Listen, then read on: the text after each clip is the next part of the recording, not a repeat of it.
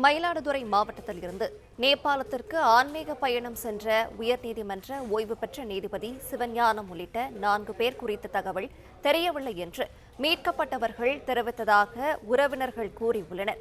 விவரங்களை வழங்குகிறார் செய்தியாளர் ராஜ்குமார்.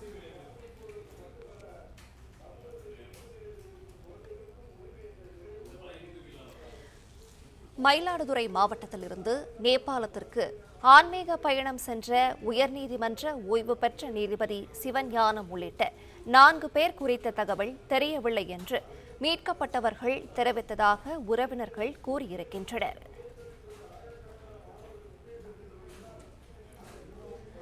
கும்பகோணம் சூப்பர் யாத்ரா ஏஜென்சி மூலம் 57 பேர் ஆகஸ்ட் 23 மானசரோவர் ஆன்மீக பயணம் புறப்பட்டனர். விவரங்களை வழங்குகிறார் செய்தியாளர் ராஜ்குமார். விவரங்கள். வணக்கம்.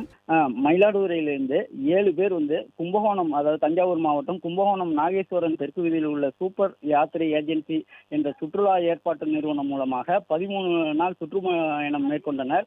இந்த சுற்றுப்பயணத்துல பல்வேறு மாவட்டங்களை சேர்ந்த 57 பேர் 3 பேருந்துகளில் சென்ற நிலையில நேபாளில் ஏற்பட்ட வெள்ளப்பெருக்கில் சிக்கிக்கிட்டாங்க. இதுல ஒரு பேருந்துல சென்ற 21 பேர் பாதுகாப்பாக உள்ளதாக அறிவிக்கப்பட்ட நிலையில மயிலாடுதுறை பகுதியிலிருந்து சென்ற 7 பேர்ல தில்லை நகரை சேர்ந்த ரத்னகுமார், பூங்குழலி தம்பதியினர் மற்றும் அவர்களோட உறவினர்கள் சிதம்பரத்தை சேர்ந்த 4 பேர் பத்திரமாக உள்ளதாகவும், மயிலாடுதுறை மாயூரநாதர் கீழமட வளாகத்தை சேர்ந்த மணிமேகலை பாதுகாப்பாக உள்ளதாக உறவினர்கள் தெரிவித்துள்ளாங்க. இங்கேருந்து நேபாளத்துக்கு சுற்றுப்பயணம் சென்ற ரத்னகுமார் அவரோட தம்பி தான் நான் பேசுகிறேன், சிவசிதம்பரம். அவங்க நேபாள் வந்தாங்க. நேற்றுக்கு இந்த புயல் இதெல்லாம் வெள்ளம் அடிச்சதுனால நாங்கள் உடனே கான்டாக்ட் பண்ணோம். எந்த ஒரு தகவலும் இல்லை. நேற்றுக்கு ஒரு 12 மணிக்கு அவங்க பாப்பாவுக்கு ஒரு ஃபோன் வந்தது. அந்த ஃபோனில் நாங்கள் தப்பிச்சு சேஃபாக இருக்கிறோம், அந்த இராணுவ முகாமத்தில் இருக்கோம்னு சொன்னாங்க. அதுக்கப்புறம் திரும்பி ஈவினிங் 4 மணிக்கு ஃபோன் பண்ணி கேட்டதில் நாங்கள் சேஃபாக தான் இருக்கோம், எந்த இதுன்னு இல்லைன்னு சொல்லிட்டு இருக்காங்க.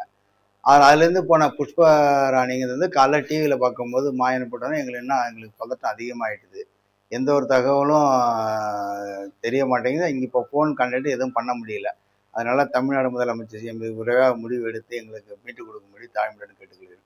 பிளே ஸ்டோர் மற்றும் ஆப் ஸ்டோரில் இருந்து பாலிமர் செயலியை QR கோடு மூலம் பதிவிறக்கம் செய்யுங்கள்.